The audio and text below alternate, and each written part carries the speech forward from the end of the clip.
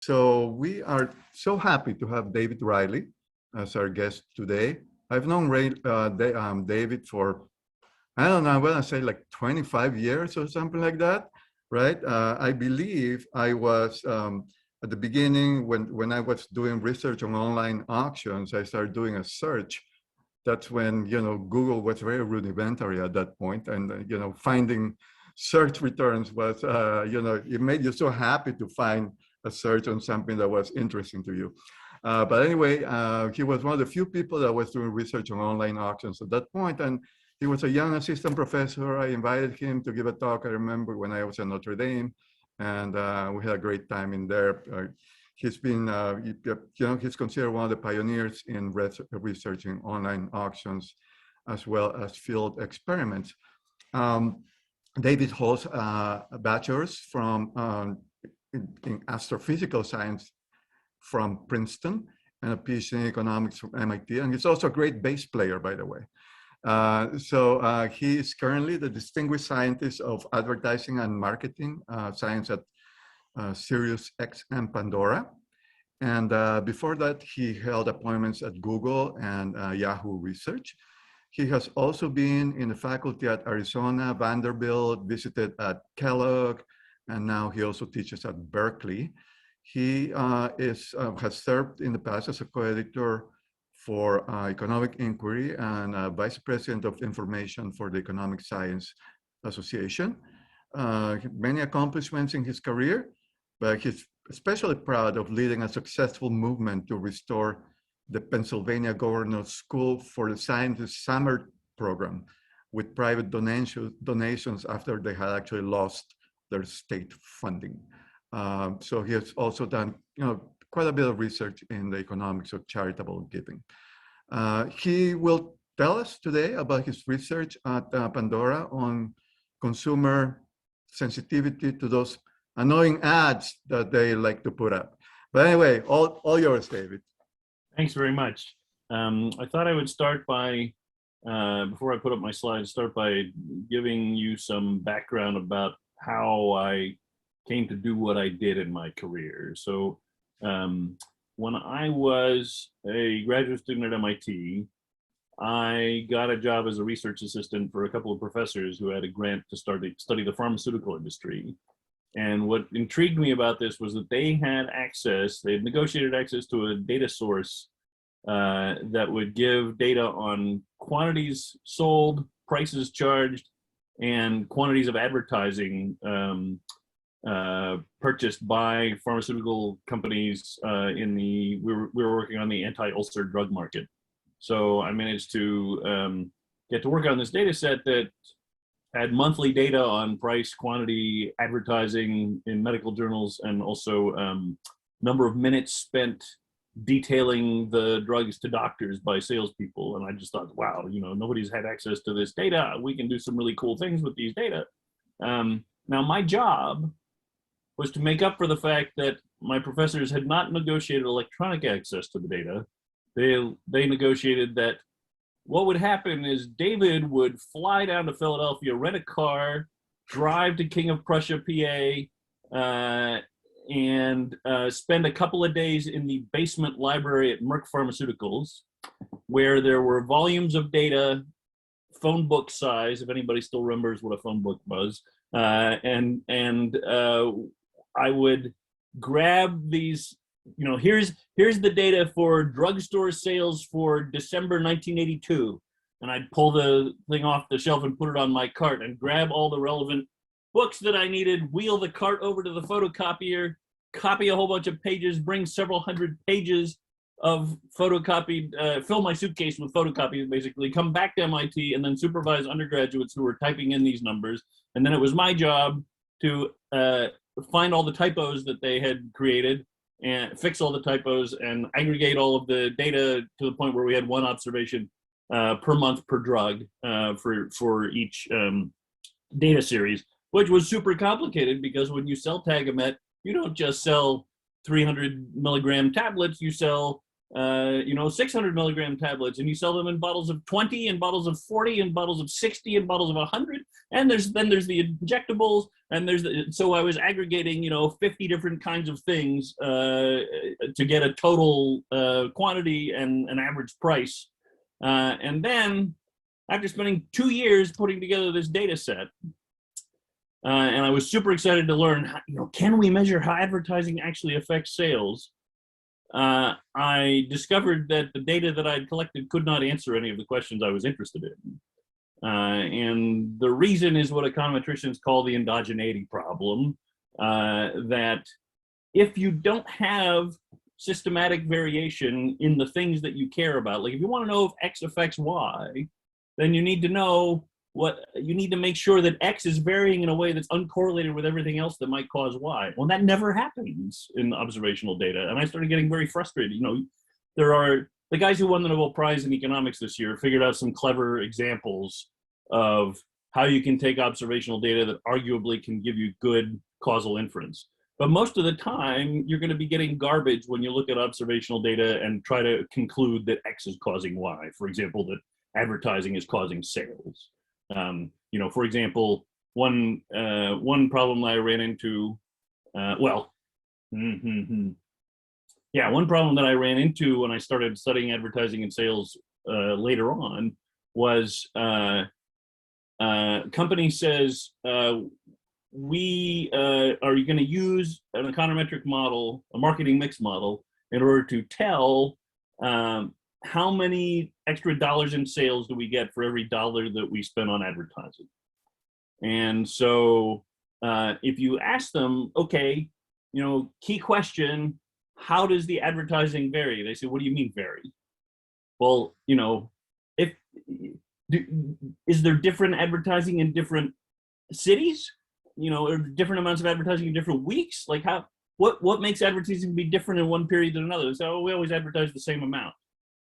Well, I'm sorry, sir. If you always advertise the same amount every single week, then what you are trying to do is get the slope of a line through one point. And you cannot measure the slope of a line through one point. It can have any slope you want. In order to pin down what the line is, you need at least 2 different points with 2 different amounts of advertising. So where is that coming from? And they say, oh, well, we do always advertise more at Christmas. What does that mean? That means that their model is assuming that the only thing that could possibly be causing more sales in December is the fact that they advertise more in December. Nothing else could possibly have made sales more in that month, right? So you're obviously going to overestimate how much the advertising is worth to you if you're doing that kind of thing. So this is just rampant. I realized it as a graduate student. I realized that I did not have the clever kind of identification I needed in order to use this anti-ulcer data to conclude anything about advertising. I have a couple of papers on my CV about it, but I don't recommend that you read them and try to conclude what actually happens with advertising because it's nonsense. And so I had this existential crisis about what was I going to do. Well, fortunately, during my third year at MIT, we had a visiting professor, Matthew Rabin, who's now at Harvard. And he gave a psychology and economics seminar. So I attended that. And 1 week, that semester, he talked about the use of experiments in economics. Now, at the time, what experiments in economics meant was that you would get 10 students to come into your laboratory. They would each sit down at a computer, and you would say, okay, on your screen is the value of a good, a fictitious good we're going to be selling to you. Your value is going to be different from other people's values. So we're going to run an auction, and if you win the auction, we will pay you an amount in cash equal to the difference between your value and the price you paid. So we're giving you an incentive to earn profit and act like a rational economic actor, and then we're going to do some tests of auction theory. And I thought, that would be really cool. If you have an experimental setup, then you can actually vary X and figure out whether it affects Y, and you don't have to worry about all of this other kind of spurious correlation that has now got me totally nervous. But at MIT, we didn't have a lab, so I didn't know how I was going to do this. But then I talked to a college classmate of mine who had gone to graduate school in math at Penn and had dropped out because he was busy in developing a new game. And this game was called Magic the Gathering. Now, I don't know how nerdy this audience is, so I don't know how many of you actually have heard of Magic the Gathering, but you've probably heard, oh good, I see one thumb up. You have probably heard of the Pokemon card game. So the Magic the Gathering was the granddaddy of all collectible trading card games, from which Pokemon descended. And my friend, my college classmate, actually worked on developing the Pokemon game as well as having developed the Magic game. So what was really interesting to me about what he pointed out to me about this game was that in 1993, 94, while I was in graduate school, the highest volume Usenet news group, okay, there's another blast from the past that nobody's heard of. Usenet news groups were the bulletin board system for messaging on the internet before the World Wide Web was invented. And the highest volume Usenet news group in 1994 was the one for the trading of cards from Magic the Gathering, right? So for those of you who've never played a collectible trading card game, the idea is that half of the rules to the game are written on the cards. And so each new card that they print has some new power about what it can do in the game. And the conceit of this particular game is that you and your opponent are wizards having a duel with each other, and your deck of cards that you bring to the game represents your library of magic spells you have to cast at your opponent. And so when they print some of the rules on the cards and then make some of the cards rare and sell them in random assortments like baseball cards, they figured out how to print money. And they did a great job designing the game so that people were interested. So the same kinds of people, the same kinds of nerds who were playing Magic the Gathering in 1993 also happened to be the same kind of nerds who were using the internet in 1993 before the rest of us had heard of it. And so they first started saying, hey, I have a Vesuvan doppelganger and I'm hoping to trade it for a Shivan dragon. Anybody interested? And then they would mail cards to each other. And then they quickly discovered what many cultures have discovered over the centuries, that cash is a really useful medium of exchange. And so they started selling cards to each other, but they weren't always sure what price to set. And so they started running auctions. And so the way the auction would look back in those days was, here's my list of cards. I am going to accept bids via email. Please email me at this address. Maybe it has not been invented yet. Every day I'm going to post who is the high bidder on each card and what is their bid. And then if you want to bid, to raise those bids, you can send me another email the next day. So every day I'm going to post the high bids on each card.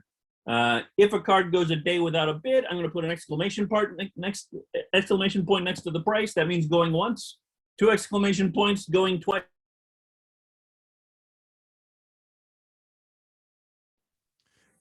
I just got muted somehow.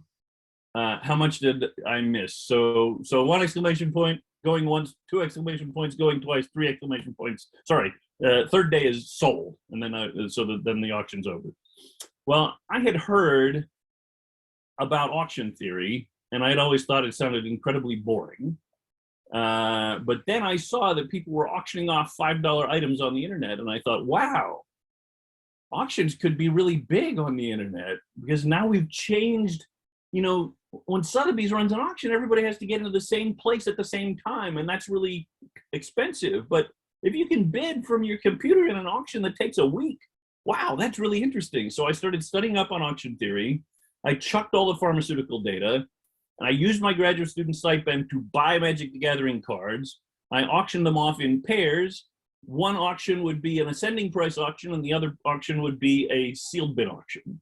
And then I tested the predictions of auction theory about which auction was going to raise more revenue and so on. So that's how I got started doing what I do. I would say that probably my greatest contribution to economics is that I met John List in 1998, I think it was. And he's a professor at University of Chicago now. At the time, he was at University of Central Florida. And so my greatest contribution to economics is that I got John excited about field experiments. because he has really revolutionized the field and has had, dozens and dozens of graduate students, and now there are, hundreds of people running field experiments. But at the time, except for my advisor, all the professors in my department seemed to think that I was kind of nuts, and that I was just playing these silly games with these crazy cards. Everybody knows economics is an observational science. And I said, no, we need economics to be an experimental science. We need to be able to vary what we're doing. Like, I'm varying what auction I'm running, or, the firm needs to vary how much advertising it's doing, if you want to know how much advertising affects sales. So I spent 12 years as a professor. And then one day I got a call from Preston McAfee, was at the time a professor at Caltech. And he said, David, I have decided to leave Caltech and become the head of economics research at Yahoo Research. And I would like to try to hire you to work with me. And I said, wow, that just sounds totally crazy. I have spent my whole life trying to get tenure so that I could be a professor who teaches people because I love teaching. I can't imagine that I would want to do this for my career. However, I have spent my whole life in the academic ivory tower, and I purport to be an expert in an industrial organization, that I know how firms and consumers behave, and I have never actually spent any time inside a firm. So it sounds like really cool if I could spend a year inside a firm and learn how a firm actually behaves. So I decided to go to Yahoo for a year. And after going to Yahoo, I ended up meeting my wife here in the Bay Area. And so I made the painful decision to resign my tenured job that I had spent my entire life trying to get at the University of Arizona. And I came to work full-time at Yahoo permanently. And then 5 years later, Yahoo Research collapsed because Yahoo got a CEO who decided that he wanted to do three things. One, he wanted to fire 70% of the scientists at Yahoo. Two, he wanted to sue Facebook for intellectual property infringement because Facebook was about to have an IPO and he figured he could really get a big settlement out of them for it. And three, he told our biggest external investor, Dan Loeb, who ran a hedge fund, no, Dan, you can't have a seat on our board of directors because you have a conflict of interest. You own too much Yahoo stock. And Dan said, do you understand what this word conflict means? And he went to his staff and he said, could you please do some research on Mr. Scott Thompson, the CEO of Yahoo? And they discovered that he had lied on his resume. He claimed to have been a double major in accounting and computer science at Stonehill College in 1979 when Stonehill College had no computer science department. And so Thompson, here is the most amazing part of the story to me. Thompson argued that it wasn't his fault. He to his direct reports at Yahoo, he had a meeting where he said, this wasn't my fault. When I got placed by Heidrick and Struggles, the executive headhunting firm at PayPal before I took my Yahoo job, they must have doctored my resume and changed it. And I'm like, I don't care whether somebody did do that. It's still your resume and you still own it. But the best part of the story was that the CEO of Heidrick and Struggles wrote an open letter to Yahoo's board of directors saying, it has come to our attention that your CEO has been bad-mouthing Heidrick and Struggles, and since in headhunting, since in executive recruiting, reputation is everything, I want you to know that we have very clear records in our files that this was not our fault. So Thompson left Yahoo in disgrace after having fired 70% of the Yahoo scientists. And I actually stuck around for a bit, but I decided in the end to follow most of my colleagues who went as refugees to Google. I spent 2.5 years at Google, where I was a terrible fit. At Yahoo, I had done great work getting to do experiments to actually find out how does advertising affect sales. And then when I went to Google, I thought, wow, I'm going to have even better opportunities to study advertising here, but I never could manage to figure out how to succeed. Usually I'm really good at convincing people to run experiments, but at Google, there was always some reason why I couldn't do what I wanted to do. I got in trouble with ran afoul of the privacy committee. I ran afoul of the legal team. I ran afoul of engineering. I even got in trouble with the accounting department for something I proposed. I never could figure out how to satisfy all of the constraints given to me and actually run a useful experiment. So in 2015, I was quite relieved when Pandora recruited me. I have been happy at Pandora ever since, including after SiriusXM purchased us. And so I want to tell you something about Pandora today before I run out of time. How was that, Rafael? Was that enough time on the introduction? Okay, good. All right, so today's topic is, let me blow this up for myself.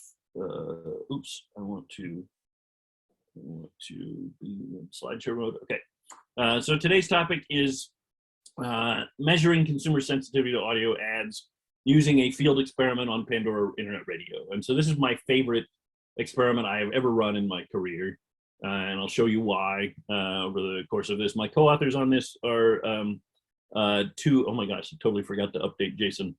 Jason now works for Robinhood. My two co-authors are interns who are PhD students with me, PhD student interns who worked with me at Pandora 2 different summers. So for those who are not very familiar, Pandora is a personalized radio service.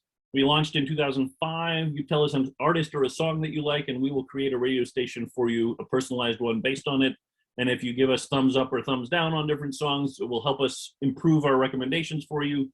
And it has always been an ad-supported service, originally with display ads like this Office Depot, Office Max ad that you see here on our website.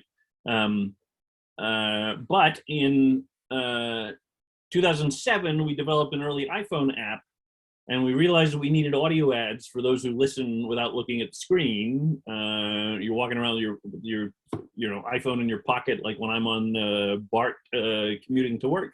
And over 80% of our listening now takes place on these mobile devices, and less than 20% on the web. So audio ads are the key source of revenue for Pandora. They account for more than 60% of Pandora ad revenue, and it's a pretty unusual digital ad offering. There aren't many places where you can buy digital audio ads. And one thing that I have learned from having done experiments about ad effectiveness, both at Yahoo and at Pandora, and also a little bit at Google, audio ads get way more attention than display ads do. So it's much easier for me to measure the effects of an ad campaign using audio ads than if I try to use display ads.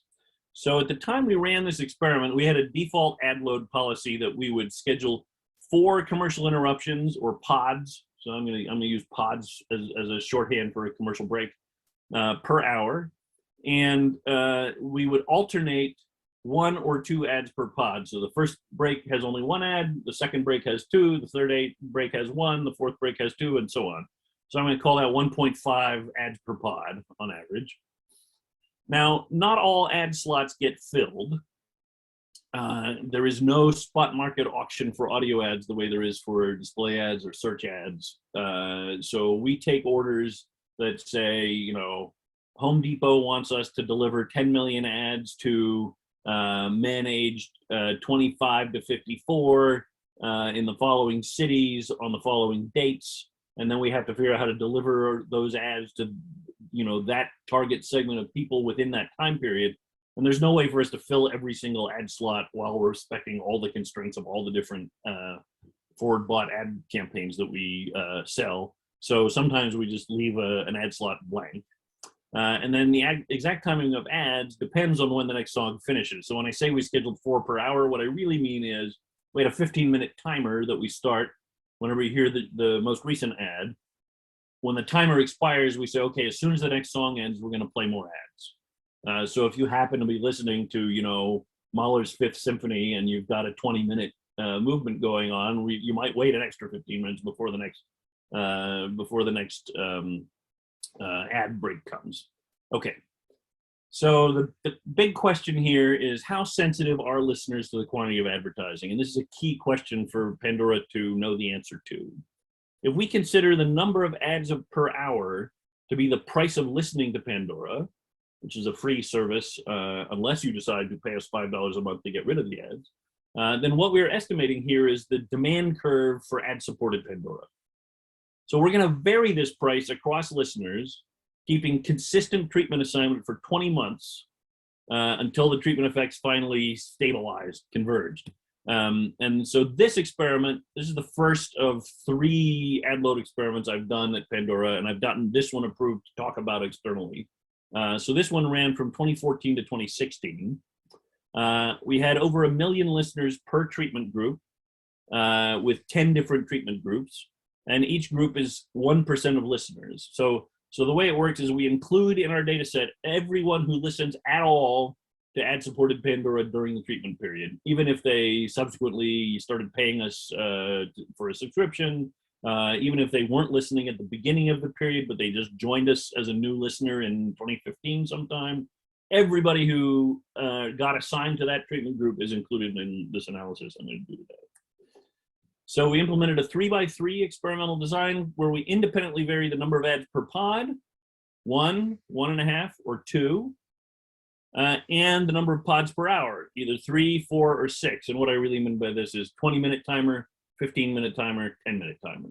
But if if everything worked out perfectly and all the ad slots were sold and songs happen to end exactly when the timers expire, then the sort of maximum variation we could have gotten in the ads would be from 3 ads per hour to 12 ads per hour. In practice, we got less variation than that. We also had an additional, when I say there were 10 groups, these are the 9 main ones, and then we basically duplicated this group with another 10% treatment group that was designated as the control group. So unchanged status quo, same treatment that people were getting beforehand.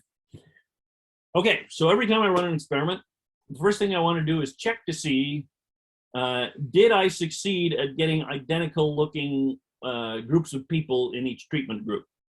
Often something goes wrong in the way things were implemented.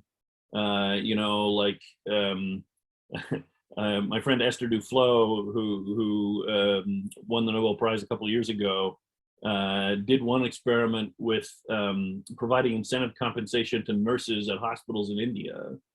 And she found, after running the experiment for quite a while, that it was not getting implemented the way she intended, because some of the hospital administrators thought, well, it's not fair for me to pay this nurse that way and that nurse that way. I'm going to just pay everybody the same. And so it totally ruined the experiment. So there are all kinds of things you need to check to make sure that things are done right.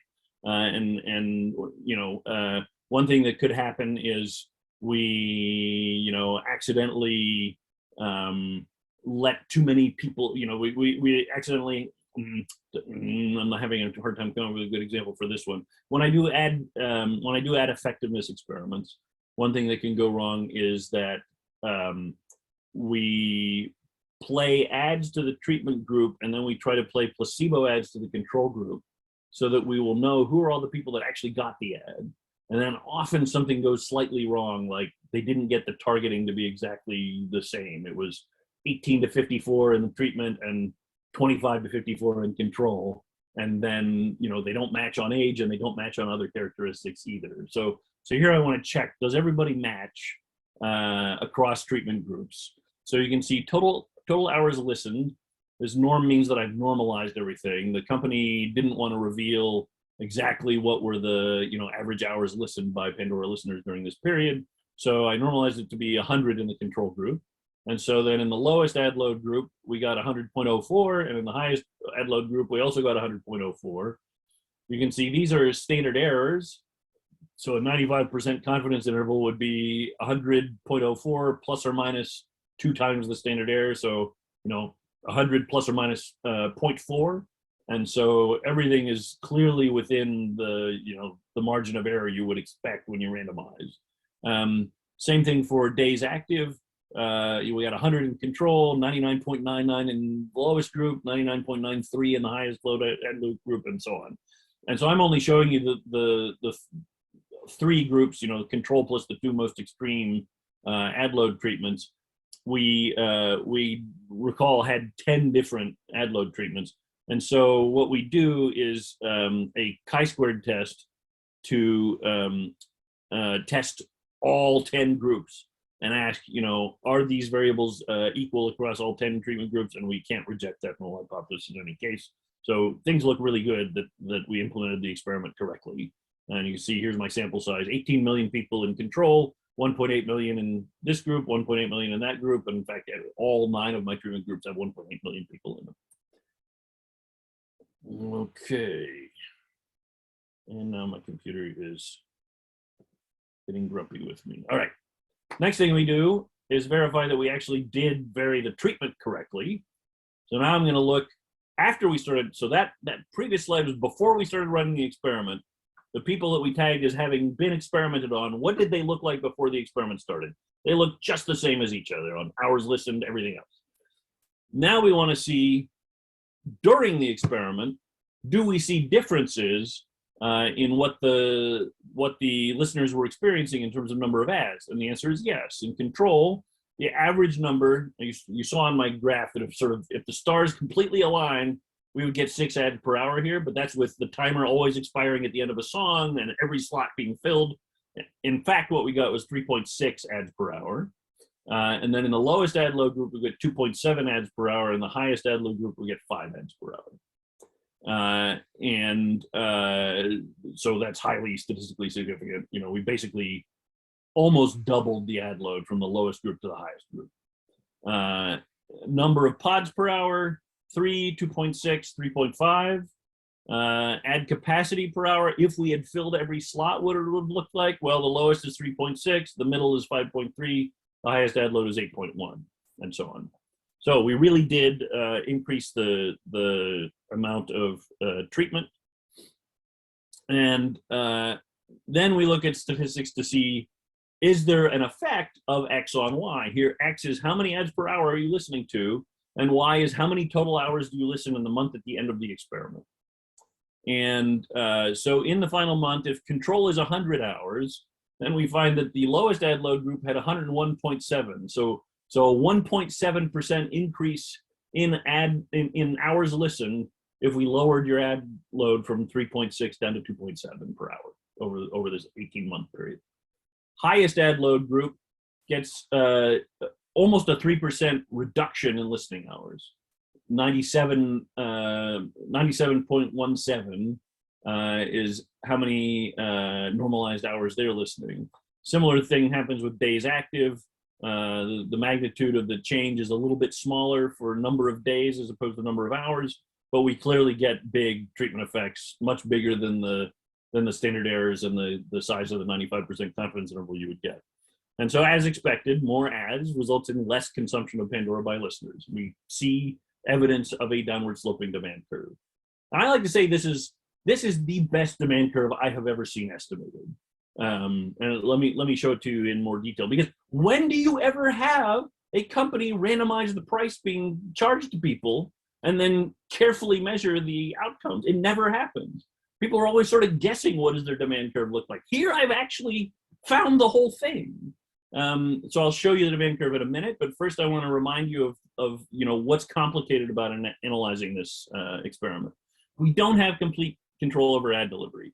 The highest treatment group could, in principle, have gotten 12 ads per, should not say pods, 12 ads per hour, but the actual ad load is lower for 2 reasons. 1, not all impressions get sold. There are some empty slots, and 2, ads wait until the end of a song to be delivered. And so here's what the highest ad load treatment group looks like if I plot a histogram of all the people. How many ads per hour did they get? Well, there's a whole bunch of people getting a little bit more than 5 per hour, but there's some people getting 6, 7, 8, 9, even 10 per hour. And there's some people getting only 1, 2, 3 ads per hour. So we don't want to use, this is dirty variation in the ad load. We don't want to use this in order to figure out what's the causal effect of X on Y. This is like the advertising at Christmas. We can't trust this endogenous variation that depends on, what songs are people listening to? Well, people who listen to longer songs might be more or less sensitive to ads than people who listen to shorter songs. We don't know. People who are more in demand by advertisers might be more or less sensitive to ads, or actually not even more or less sensitive to ads. I was misleading there. people who listen to longer songs might listen more or less total hours than people who listen to shorter songs. Same thing, people, the kinds of people who are in high demand by advertisers, well, they could be higher than average listeners, or they could be lower than average listening hours listeners, right? So I don't want any of this. This is all potentially suspect. It could be correlated with the number of hours that people listen, and I don't want to mislead myself with that. So we're going to throw all this out, and we're only going to look at the clean experimental variation that I generated by randomly assigning some people to have, shorter timers than others, or more ads per hour than more ads per pod than others. And here's my beautiful best demand curve I've ever seen. Okay, we see downward sloping demand, and it looks, it looks like one of these textbook simplifications in microeconomics where you say, oh, well, suppose the demand curve is linear. Yeah, actually it is. So we vary the number of ads per hour. Again, this is our price. I've flipped the axes from Alfred Marshall's standard demand curve with P on the y-axis and Q on the x-axis. I prefer to put the price here on the x-axis, and then how much listening did you do is caused by this price. So that's what we're doing. So it varies from 3 to 5.5, and you see that total hours go, as I showed you earlier, from 97 to 101.7, as we saw in that previous graph. But here is, each of the 9 treatment groups lies really close to a line that is downward sloping. And so this tells us for any number of ads per hour that we might do on average, how many hours did people listen as a result? We actually know this is the causal effect of the number of ads per hour we played on how many hours did people listen. So this is why I get so excited about it, right? This is the thing that we read about in economic theory that nobody's actually measured precisely. We've traced it all out by doing different treatment levels. So that's why I'm so excited. This is why it's my favorite paper I've ever done. So the slope of the demand curve, what's the slope of this line? Well, I can just run an ordinary least squares regression. If I want to know what's the slope of a line, and things actually lie on a line. Now, if it had been some complicated shape, then maybe I wouldn't have been able to do a linear regression so easily. But this picture makes me say, yeah, I can just run a linear regression. That's pretty darn close. So here we go. What we learn is that we have a 2% decrease in hours for every additional ad per hour that we realized with the listeners. So minus 2.07 is the slope of total hours when we plot it versus ads per hour, right? So I'm running a regression. Here is the intercept of my line, 107. Here is the slope of my line, -2. That's coming off of this graph, right? If I go all the way down to where ad load would be 0, I'm going to get 107 as my intercept. And I'm finding that the slope is 2.07. Now, the way we actually estimate this is with the econometric technique known as instrumental variables. So if you've taken econometrics and you've heard of that, that's what we're doing here, or two-stage least squares. How so? Well, if you know that language, I'll just say briefly that the instruments are dummy variables for each of our treatment groups. So it's 1 if you're in this high ad load treatment, 0 if you're not, 1 if you're in this treatment, 0 if you're not. So we have a set of 10 binary variables that tell us whether you're in this treatment or not. And then we regress number of hours that you listen on the number of ads per hour that you got, but we've instrumented for this variable with the treatment dummies. Okay, now that I've used the gobbledygook language of econometrics, let me say this in lay people's terms. How did I explain this to the CEO of Pandora? What we're doing to get rid of all this dirty variation that I was worried about, what we're doing is in each treatment group, we take the mean of the number of ads per hour, plot that on the x-axis, and we take the mean of the number of hours listened at the end, plot that on the y-axis, and that is exactly equivalent to running an instrumental variables regression with the instruments being dummy variables for each of the treatment groups. Okay, so that's how I explain sophisticated econometrics to Pandora executives. You know, and because we've taken the mean, we've averaged out all of this dirty crap that I don't want to use because it could make me reach incorrect conclusions. And so that's why we're doing it this way. And here's my beautiful demand curve. The slope, if I plot, instead of total hours, if I plot active days versus number of ads per hour, I get a slope of minus 1.9. So, you know, days are slightly less. If we use days listened as an outcome, it's slightly less sensitive to ad load than hours are. Then we want to know, is there heterogeneity in this response by age or gender? Maybe we could price discriminate. If we knew that, you know, young kids are super sensitive to ads, then we wouldn't play them as many, but old people are you know, willing to listen to ads. We can play old people more ads and play young people less ads and make everybody happy and make more money. Turns out we can't do that very easily with age and gender. We plot, so the genders actually are right on top of each other, so I didn't even bother to plot them separately. You can't tell the difference between men and women. If you plot ages, I use these weird looking categories that are standard in the radio industry for selling advertising. So 13 to 17 is one group, 18 to 24 is another group. So that's 13 to 17, 18 to 24, 25 to 54, and 55 and over. So that's going to, how many total hours on average do they listen? Well, they all have the same slope. They're all basically parallel lines. So there's not a whole lot of scope for price discriminating by age or gender. Now, we may be able to discover other ways to discriminate. And in fact, I had an intern from Chicago booth who came up with a good idea for that, but I am not. I've not cleared that for discussion outside the company, so I won't talk about exactly what. But he had a really interesting idea, and it's related to what I'm going to be telling you about in a moment. But first, I want to tell you about I hate these words, intensive and extensive margins. It's always, I feel like people have to decode what those words mean every time. It's hard for me to remember. Intensive means kind of how many hours given that you did listen, and extensive means did you listen at all? So I'm going to break it down into 3 different margins. Here's how hours varied with ads per hour. Remember, minus 2.07. We saw that earlier.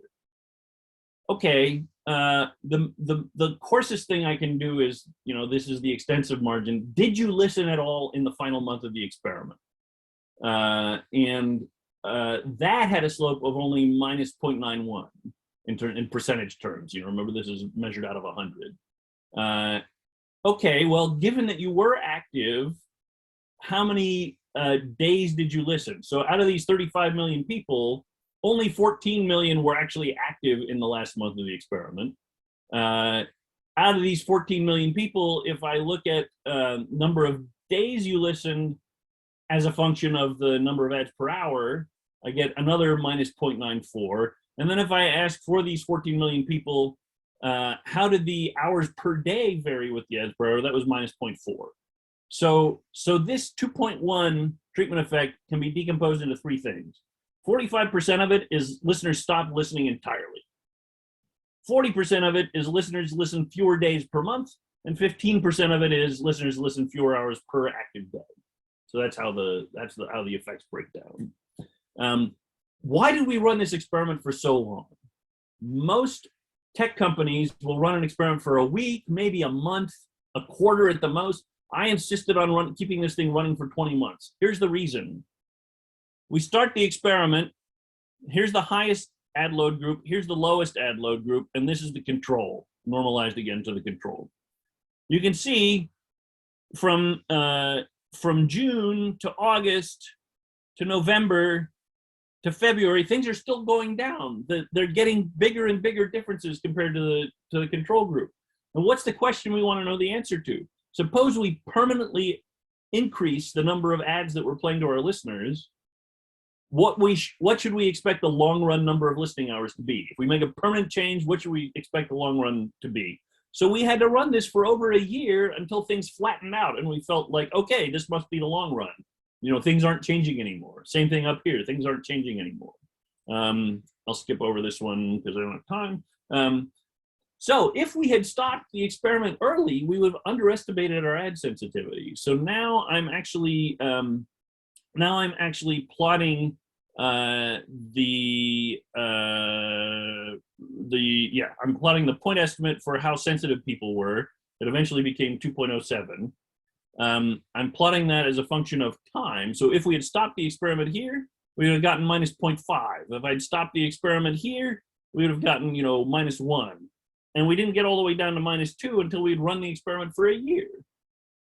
Right? So it was super important that we do this, because if we had stopped here, we would have underestimated by a factor of 3, and gotten a really incorrect answer to it. So folks are often really impatient to run these experiments and get answers right away. But if you really want to know the truth, sometimes you got to do a long run experiment. And so that's the thing I'm most proud of in this experiment. Okay, so now I like to ask, how well could we have done if we had only used observational data, right? I'm evangelizing here for experiments. I'm saying most of the time you cannot make good causal inference from observational data. And so if you can, you should run an experiment to deliberately treat some people differently from others. But suppose we hadn't had the opportunity to do that. Suppose you're an analyst at Pandora and you have to come up with an answer for the CEO. How sensitive are people to ads? Okay, well, what we could do is restrict attention. So for the purpose of this, I'm going to restrict attention to the control group, because those are the people we didn't do anything weird to. Okay, so that's sort of business as usual. Now, what can we use in this data from the control group? Well, we could run a simple regression where we see how do listening hours depend on ad load in a cross-sectional way, right? So I'm comparing one person to another. We can plot all the different people. They're getting all these different numbers of ads per hour because they listen to longer songs or shorter songs, because some people get more demand by advertisers, other people get less demand by advertisers. And here's the answer we get. Remember what this number was? This was minus 2.07 in my experiment. Now all of a sudden it's minus 9. Because I've thrown the experiment away and I'm only looking at the dirty variation in the data. I've gotten rid of all the clean variation, and now I'm overestimating by a factor of 3 to 5. Okay, so this is how important it is to do an experiment rather than just blindly run a cross-sectional regression on observational data. The listeners who are in higher demand by advertisers tend to listen less, and that gives us a spurious correlation here. Now, sophisticated econometricians will say, well, of course you wouldn't run a naive regression where you just compare the level of listening hours to the number of ads per hour they were getting. You need to be more sophisticated. You should look at a difference over time. And so get 2 different points in time and see, the ad load before this point in time was this, and the ad load before this point in time was that. And if it's gone up, then we can say, oh, okay, well, if listening has gone down, maybe it was because of the increase. And what this helps you with is eliminate some of the spurious correlation, because you assume that each listener has kind of a certain amount of listening that they generally would normally do.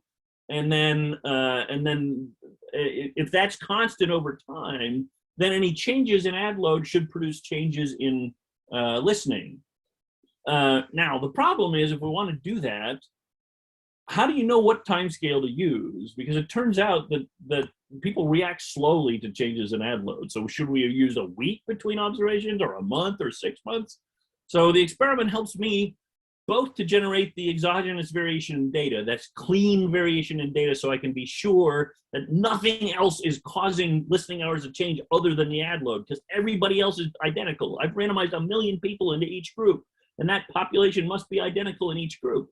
Okay, that's the first great thing I do. The second great thing is, when I look at how do the treatment effects vary over time, I get this graph that shows me when did the reaction of consumers finish.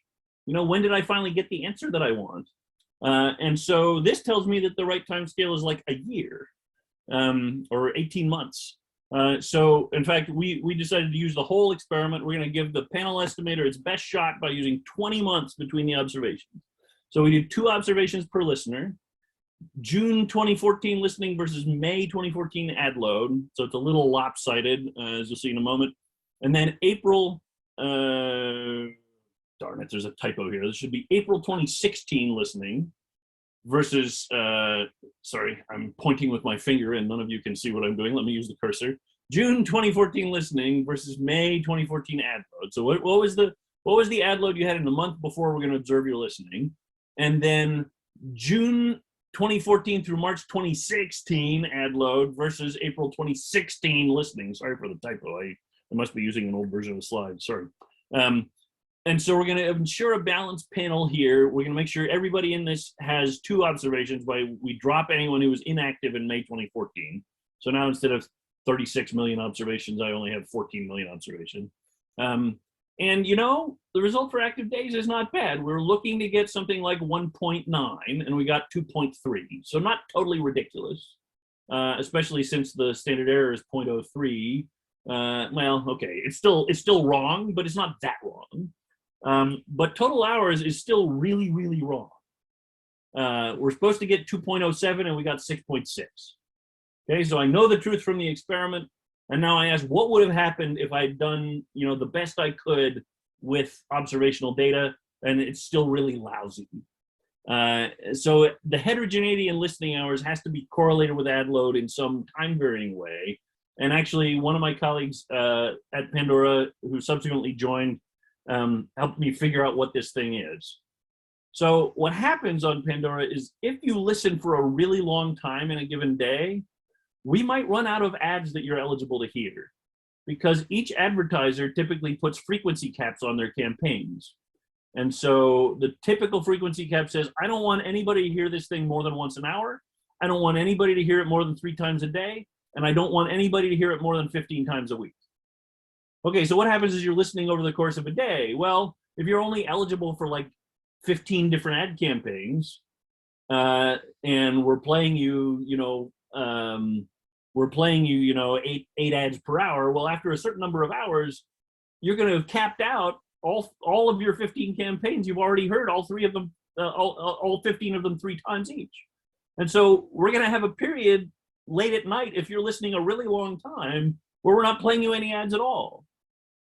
So what does that mean? That means we've got reverse causality. It's not that ad load is causing you to listen less. It's that when you listen more, we play you fewer ads per hour, right? And so that's another way you can totally screw up in causal inference is when you think X is causing Y, but really Y is causing X, okay? So we avoid that by running an experiment. Okay, so here's the cool thing. I'll just drop a hint without saying what we're really doing. That my Chicago booth PhD student, who's now a professor at University of Washington, he came up with an idea for potentially varying the number of ads per hour in a way that would be useful here. So what we're going to do, not only do we get to observe how many hours did you listen as a result of the number of ads per hour we played for you, we also get to observe, did you decide to pay to get rid of the darned ads? And it only costs you $5 a month to get rid of the ads. So if you find them that annoying, maybe you'll pay us. So here's the analysis of that question. At the time we started running it, we called it Pandora 1. We now call it Pandora Plus. It's this $4.99 a month service. If we increase the ad-supported price by 1 ad per hour for 20 months, okay, so ads per hour, if we increase that by 1, what we get is a coefficient or a regression. This is, okay, so sorry, let me back up. This variable is, are you a subscriber to our service in the month at the end of the experiment? 1 if yes, 0 if no. And then we're going to run a regression of this variable on how many ads per hour were you exposed to. And if we increase the number of ads per hour by 1, what we find is that there's a 0.14% increase in the probability of paid subscription. The other potentially confusing thing here is that instead of just an intercept and an X variable, I put in a second X variable because it helped explain some of the variation in the data. The second X variable is, were you a subscriber at the beginning of the experiment? So these people who have subscriber at start equal to 1, these were people who were subscribing at the beginning of the experiment, and then they let their subscription lapse and we played them some ads, and then they became a subscriber again. So if you were a subscriber at the start, you're 35% likely to be a subscriber at the end, assuming that you heard some ads in the middle.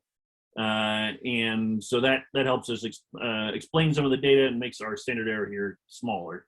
And so the confidence interval is 0.14% plus or minus 0.01% is the increase that we get in probability of paid subscription. And here's a cool thing. Subscription effects differ by age. So effects on listening hours don't differ much by age. We had the same slope for every age group. But here we get different slopes for every age group. So here I'm running a regression. The regression that I'm running is this variable is 1 if you were a subscriber at the end, 0 if you weren't. Then I put in 4 different intercepts and 4 different slopes. And so here are the things that I'm interested in. If you're age 13 to 17, what is the effect of an additional ad per hour? Well, it's 0.05%. If you're 18 to 24, what's the effect of an additional ad per hour? Well, it's a 0.09% increase in the probability you're going to subscribe. So the 18 to 24-year-olds were twice as likely to be induced to subscribe by an additional ad. 25 to 54, 0.16%. Over 55, 0.21%. So it's monotonically increasing in age. What is the effect of us playing you more ads per hour on your probability of subscribing to us? And so it seems like the older people, you know, a nice story for this is that older people with more disposable income are much more likely to pay us to get rid of the ads, and younger people with fewer dollars of disposable income are just, you know, they're either going to stop listening or they're going to you know, put up with the ads. Okay. I got a couple more slides and then I can stop for questions. The number of commercial interruptions does not matter all that much. What really matters is the total ads per hour. So remember, we did this 3x3 experimental design. We separately varied number of commercial breaks per hour, number of pods per hour, and the number of ads per pod. And so what I'm going to do is take my regression where I was previously doing, okay, hours depends on number of ads per hour with a coefficient of minus 0.207, minus 2.07. Well, now it becomes minus 2.14. And then the interesting question is, what happens when we add pods per hour as an additional regressor? The answer is not much. We get 0.19, but it's got a huge standard error on it. So this is just sort of a noisy thing. It is positive. So, and so is it on active days where it actually is statistically significant. So we add pods per hour to ads per hour, and we see that pods per hour tends to make people listen more. So holding the number of ads per hour constant, if we switch it from more ads per pod to more pods per hour, people seem to listen a little bit more. Okay, it's not a huge effect, but if there is an effect there, it's that consumers do seem to favor more frequent interruptions over longer interruptions, right? Holding number of ads per hour constant, total ad load constant. If we do more pods per hour and less ads per hour, then we get slightly more listening from the listeners. Okay, so to conclude, we do a massive experiment, and it gives us great experiments of long-run consumer sensitivity to ad load. For every additional ad per hour over 20 months, we see a 2% decline in listening hours, and we see a 0.15% increase in the probability of doing an ad-free subscription. The subscription effects are much stronger for older listeners, although the impact on listening hours seems to be about the same across age. And the number of commercial interruptions doesn't matter very much. If anything, consumers seem to slightly prefer more frequent but shorter interruptions. And the biggest message I want to leave you with is this estimation problem would have been hopeless in the absence of an experiment. We can only feel confident that we know what this answer is because we ran the experiment. We wouldn't know what the right time scale is to figure out what the long run effects are. It turns out to be more than a year. And if we just take, you know, business as usual endogenous cross-sectional variation, it gives us an answer that is 3 times as large as the true experimental result. Okay, and I see that I meant to keep track of questions in the chat, but I did not manage to do so. So let me just stop this share now. I'll stop it for the moment. If we need to refer back to it, I'll bring it back up again for questions.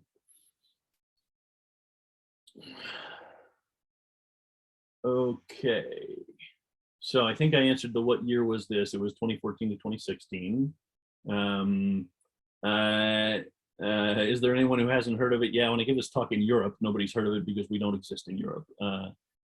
So a really interesting thing about Pandora is that we started by taking advantage of a provision in the 1998 Digital Millennium Copyright Act. And this act provided federally regulated royalty rates for internet radio.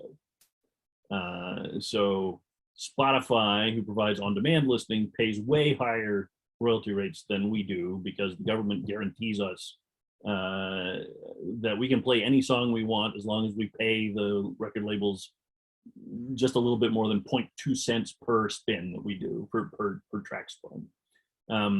The backstory on this is pretty interesting too. In the 1950s, there was a big scandal in broadcast radio called the payola scandal. And this was when the public and journalists found out that a bunch of radio station DJs had been accepting payments from record labels to spin certain songs more, right? And people said, what? My DJ's been bribed to play this song? I thought they were choosing the song based on quality. This is terrible. And so there was a public policy debate at the time, and they decided, you know, this is a complicated subject because it kind of could make sense in equilibrium for a record label to pay a radio station to play the song because that promotion is really valuable. But you know, it also kind of makes sense for the record label owns this intellectual property. You know, they ought to, most of the time they ought to get paid for the ability to play the song. And so this is very complicated, and trying to have contracts between every record label and every radio station is very, very difficult. So we're just going to pass a law, said Congress, that the royalty rate paid by record labels to radio stations will be zero.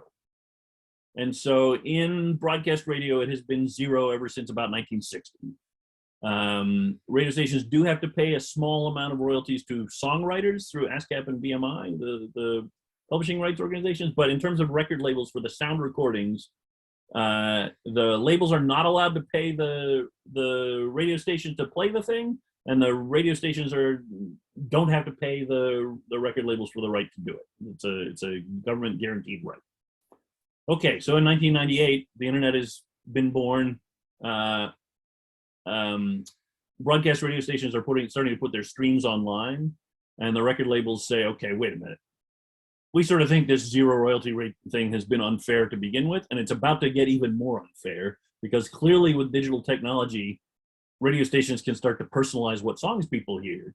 And then it becomes more like getting songs from a jukebox or from a record store where you're actually going to have to pay for the songs, and we're going to miss out on royalties if you do that. So that's not fair. So what they decided to do in the Digital Millennium Copyright Act was say an internet radio station will be defined by the following restrictions. If you want to be called an internet radio station, you cannot let consumers request songs. You can't let them predict what they're going to hear next. You can't play the same artist more than 3 times every 2 hours. And there's like a couple other restrictions like that on how often you can play the same artist or the same album. And so when Pandora started, we decided, all right, we're going to follow these restrictions. We can make super personalized radio, and we can do it under these restrictions, and we'll never let anybody request a song and hear it immediately. So that worked great for a while until Spotify came along, and they had an investment from a bunch of the record labels. So the record labels were willing to negotiate with them and give them a price at which they could do this. Spotify lost like $500 million a year for a number of years running.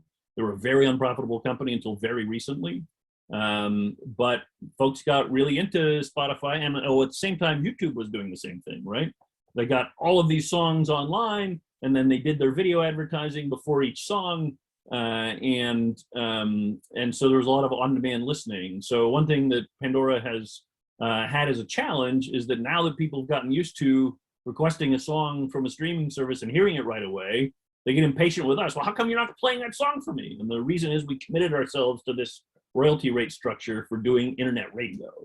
And so we've got some work to do to sort of message correctly to the public what it is they're getting when they come to us, which is a radio stream as opposed to, listen to this song right now. Now we do have an option. The thing that was unfortunate for us was that when we decided to do an on-demand product 5 years ago, the record labels said, well, gee, we've learned from Spotify and YouTube that we can't really make any serious money from doing ad-supported on-demand listening. And so we are only going to let you do on-demand listening if you make people pay a subscription for it. So there's going to be no ad-supported on-demand. But what we were really good at was running an ad-supported radio station. And we're at a big disadvantage to YouTube and Spotify because they're able to do on-demand ad-supported. So that's where some of the struggle has come from at Pandora, is these what we committed ourselves to and what restrictions got put on us afterwards. So at some point we decided we needed to sell ourselves to SiriusXM in order to have financial stability.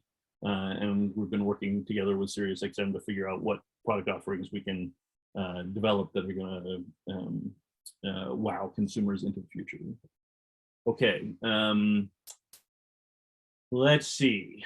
I presume you computed elasticities. I can't tell, but it looks quite inelastic to me. Maybe you're not hitting listeners with enough ads. That is a topic that the company does not want me to talk about. But you, if you've learned enough in your economics courses, you ought to be able to compute the elasticity for yourself from the percent changes that I have shown, and you can reach the conclusions that you want to reach. That was the arrangement I reached with Pandora whenever I got permission to publish this. What number of ads maximizes total ad exposure? I'm wondering if you mean what total number of ads maximizes total profit. Oh yeah, right. You probably mean total ad revenue. I think I probably don't want to talk about that either, but it's something that you might be able to compute for yourself if you think about, we get to play a constant number of ads per hour, and we're going to multiply that by this downward sloping demand. You know how to multiply the price times the quantity, where the quantity is a downward sloping function of price. You might be able to compute that for yourself. Now, of course, if you do that exercise, you would be assuming that we could sell more or less ads and the market price would remain the same, and probably there's a demand curve there. So, it's only going to be an approximate answer, but it'll give you a ballpark answer if you want to do that calculation. We didn't get a whole lot of reaction from our advertising. Eric is asking if we got a reaction of advertising clients to our experiment. Didn't get a whole lot of reaction from advertising clients. I mean, we weren't showing this to them in individual sales presentations or anything, but we, the paper's out on my website and I'm still trying to get it published in a journal. So not a whole lot of reaction that I'm aware of. Does the content of the ad matter for different age groups? Probably. Different advertisers choose to target to different age groups. So certainly the advertisers think that it matters. I don't have a whole lot of evidence on any of that. I do, so in my other work at Pandora, here's another thing that I've gotten approval to talk about outside. I've done some ad effectiveness experiments for our own products. So like sometimes we run audio ads saying, hey, how would you like to get rid of ads? It only costs $4.99 a month. Click here to sign up for Pandora Plus. And so I've been able to measure the effectiveness of that ad campaign. And it's a beautiful experiment because I know for every person, were you in the treatment group who got the ads, or were you in the control group who didn't get the ads? And then I know whether you subscribed or not. So I have perfect data. When I work with external advertisers, it's much harder because I have to figure out some way to match up data. Who's my listener and who's your customer, how do we know whether somebody bought something at Home Depot? Well, maybe we can try doing an email match if you have a good CRM database where you know email addresses of your customers. So I can sometimes do that, and I have some papers that I wrote when I was at Yahoo on that topic. But I'm super excited when I get to eat my own dog food, run ads for Pandora, and figure out what's going on with those. And so one really cool thing that I learned in an early experiment of Pandora is I tested a hypothesis that our ad design team believed in, which is so most radio stations have an in-house ad creative design team. TV stations tend not to have this because the big ad agencies all want to shoot the TV ads for you.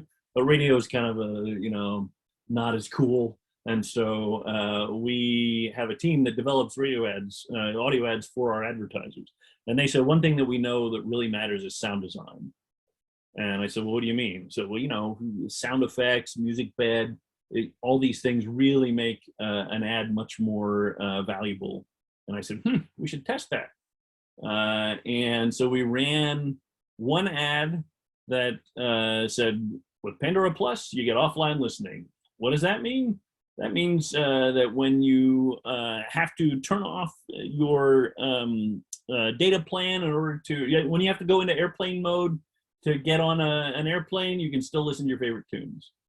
I didn't do that one justice. I should have narrated that better, but you get the idea. The second version of that ad was, with Pandora Plus, you get offline listening. What does that mean? That means that when you hear ding, please put away your devices in preparation for takeoff, you can still hear this. Boom, chicka, boom, boom, boom, boom. Right? And so that little bit of sound effect produced a 30% increase in the treatment effect, the number of people that we got to subscribe due to the advertising. So they were right. These guys knew what they were talking about, even though they hadn't been able to measure it before. Hey, David, let's take a live question. All righty. We have one from Brian Thompson.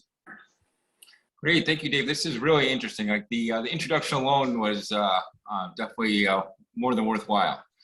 So I guess my question, I'm hoping it's ambiguous enough to pass legal.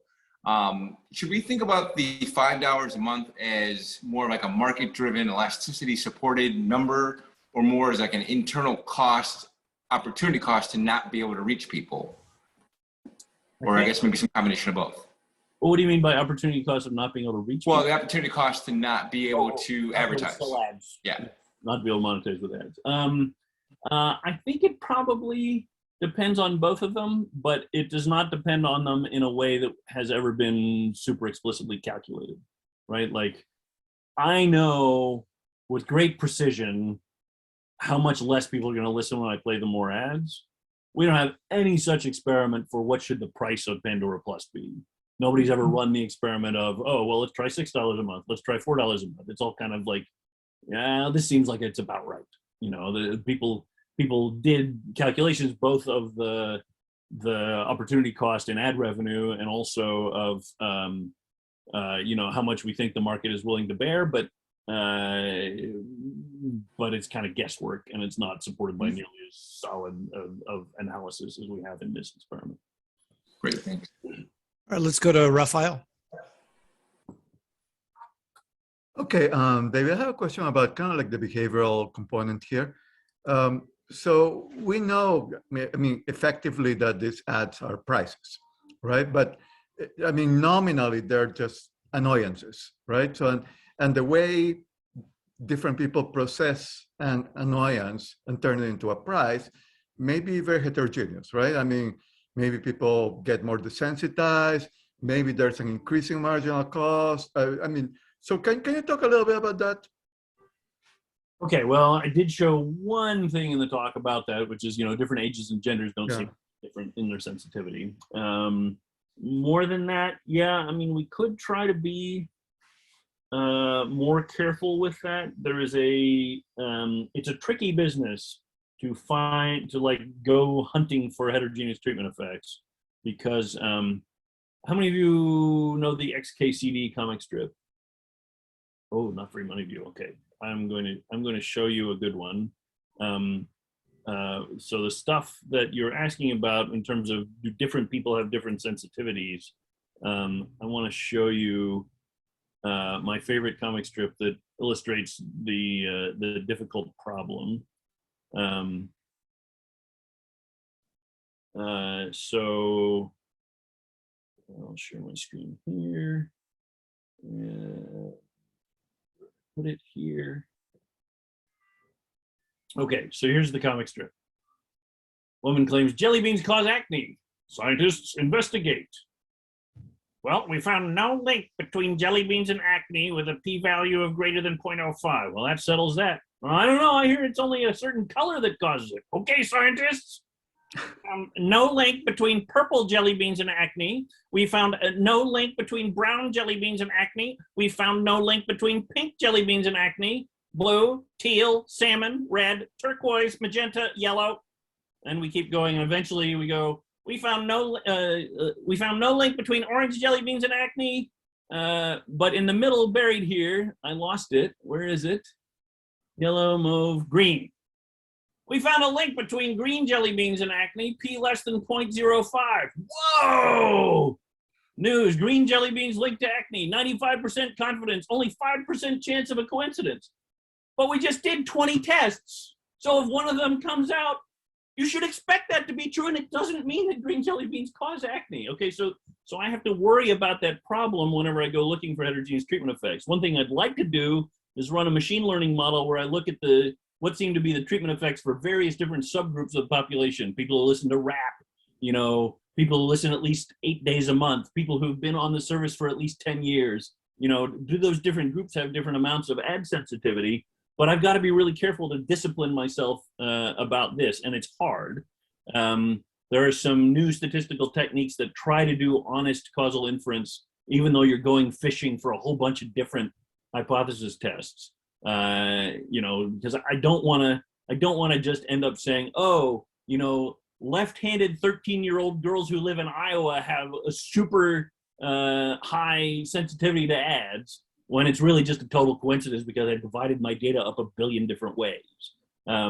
So that's something that I keep in mind. We have done a fair amount of exploration, and it's very hard to find different amounts of sensitivity to ad load among the different variables we've tried. Now, of course, we haven't tried all of a billion different variables, but we've tried some of them, and it's harder to find. Whereas that sensitivity in terms of how likely you are to subscribe to Pandora, that was easy to find. Big differences when it came to age. Okay. We have a few more on the chat if you want to check that. Sure thing.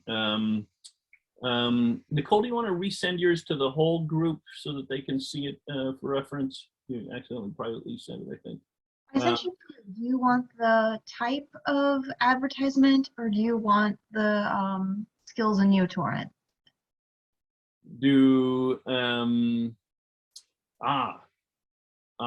Okay. Say it again. I want to make sure I understand. All right, so I had two questions. My first question was, how do you control for skills or enthusiasm when it comes to torrenting and pirating music? Is that related to age? Oh, I see. Skill in pirating music.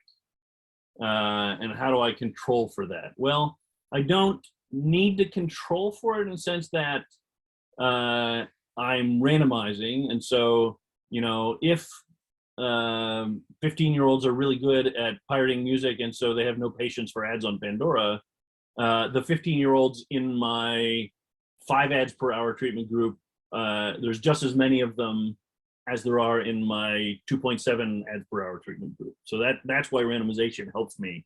I don't have to take into account all of these myriad things that make people different from each other. That's where all the dirty variation comes from that I'm worried about. I have clean variation because I have just as many of these, because I randomized millions of people, I have just as many of the skillful people in the high treatment as in the low treatment. So that's why I don't worry about it. It could very well be a factor. Although we did see that young people, when I looked for heterogeneous treatment effects in listening hours, I didn't see very much in terms of the different age groups. Everybody had this sort of slope of about 2 percentage points difference per ad per hour. Okay, second question. Did you find any correlations between listening and the style of ad? Like, I imagine a loud used car salesman ad or a soothing vitamin water ad. How did that like affect behavior? Yeah, I have not managed to study that topic carefully. I will say that though the ad that I have heard the most people complaining about was a Cars for Kids ad with a jingle. Okay, you're familiar with it. And so what I'm hoping to do, I'm trying to build an experimentation system for individual ad campaigns. And I got a version of it built, and then we switched ad servers and my project got deprioritized, and so it's not currently working. But there's a system that's going to automatically exclude, say, 10% of listeners from a given ad campaign. And each ad campaign we do, we're going to have a control group for that ad campaign. It's going to be randomized independently across all ad campaigns in hopes of being able to measure the effectiveness of the ad for the advertiser. And one outcome we're always going to be able to have is we can survey people in the app. We can give you a reward of an hour of ad-free listening if you fill out a few survey questions for us. So that gets us pretty high response rates. And then we can tell, you know, do people remember hearing the ad? Do people seem more likely to express purchase intent if they were in the treatment group versus the control group? But the other cool thing that we do in this system is we use ghost ads. So this is an idea that one of my PhD student interns had many years ago when I was at Yahoo. He's now working for Amazon. And what Randall came up with was the idea that it does help actually to run placebo ads to the control group. So if I'm running Home Depot ads to the treatment group, I might want to run, you know, reading is fundamental public service announcements to the control group, so that I know who are the people in the control group that would have gotten the ad if they who would have gotten the Home Depot ad if they'd been in treatment. Because that lets me throw out all the people who listened but like didn't listen long enough to get the Home Depot ad, or they were in too much demand by other advertisers, so the Home Depot ad got squeezed out. If I can run those placebo ads so that they're exactly the same targeting, exactly the same delivery parameters, then it gets delivered anytime a Home Depot ad would have gotten delivered. Okay, well, what Randall came up with is even better than that. Why do we have to waste money paying for public service announcements? All we really need to know is we would have delivered this Home Depot ad right now, except you're in the control group. So let's write down the counterfactual ad view in our ad logs, and then we can just play the next best ad. So instead of having to play you a placebo ad, I'll play you, you know, oh, okay, we can't play the Home Depot ad. What's the next best ad we got? Okay, Nordstrom ad, here we go. And so that was the system that I designed and got built with our engineering team, and it's currently disabled. But if we can do that for every advertiser, then we can also, for free, pick up, are there any ad campaigns that seem to be causing people to listen less? Are we losing sessions because of this damn Cards for Kids ad? Or, you know, the one that most annoyed me was, hi, this is Snoop. I'm here to talk to you about ED. Now, I don't have ED, but you might. I was like, God damn you, Snoop, what are you talking about? So you know, each person has their own version of what an annoying ad is. So I'm going to be selfish here and ask you one final question. I know you did some segmentation on age and gender to see if there's any, you know, increased variation in sensitivity there. Was there any thought given to, users' average listening time in a day pre-treatment? Uh-huh. And then when you started doing the ad experiment, was there increased sensitivity based on, you know, higher sensitivity for people who average did more listening per day and lower sensitivity? You follow what I'm saying? Yeah. So I don't want to use listening during the experiment because that could be affected by the experiment. So you're saying take the listening in like the month before we started the experiment and say, okay, this is a high listening guy. this is a low listening guy or low listening gal, and so we're going to see whether you have heterogeneous treatment effects by kind of previous amount of previous patterns. Yeah, we've looked at it a little and couldn't find anything. I do think that that's a really good idea, and we maybe should look harder at it. So we have a new ad load experiment running that just launched in June, and so we will have an opportunity to look in the current period and see whether that's true. But my recollection is that we looked at it and couldn't find anything, but it's possible that we should look harder and define the variable more carefully and look really carefully. So I'm gonna look at that in our latest experiment. Okay, we have reached 7:30. So I don't know if you want to take a couple more questions from the chat box, but this is our official time to end. So let's see. I think I have covered most of them. Is there anybody who asked a question in the chat who really wants to have their question answered? I'm happy to stick around a few more minutes. Any hands up?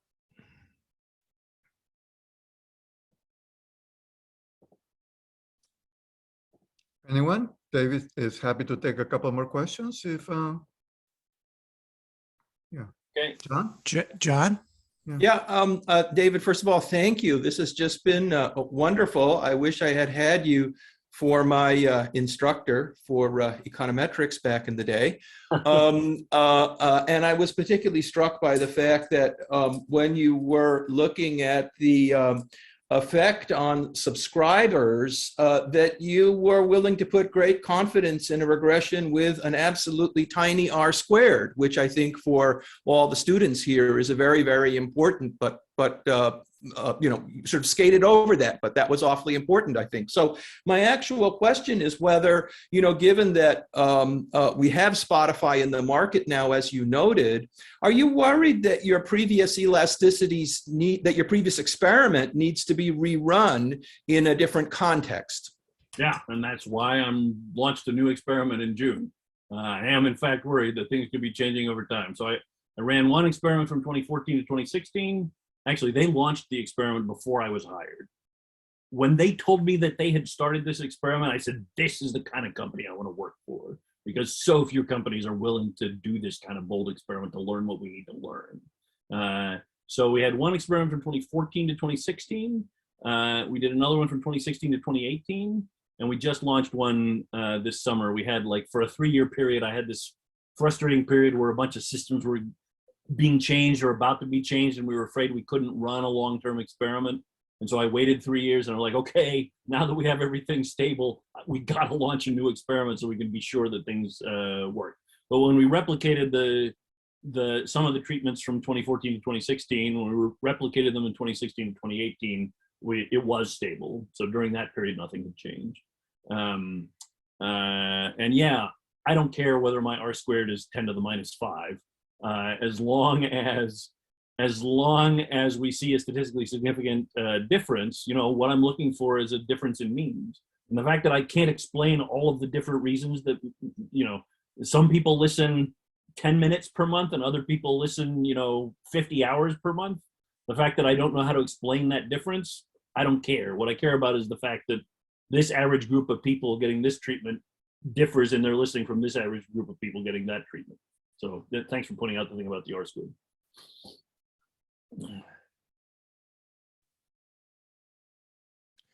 Okay, I guess that's it. Raphael, do you want to close us out? Yep. Thank you one more time, David, and thanks to everybody who attended. It was fantastic, and I think I see many of my students here, and I'm sure they can see, the applicability of all of that quote unquote pretend demand stuff that we learn in class. And the fact that David is so enthusiastic about it, right? So How can anyone not be pumped up about this? But anyway, thank you, everybody, and good luck and take care, okay? Thanks for having me.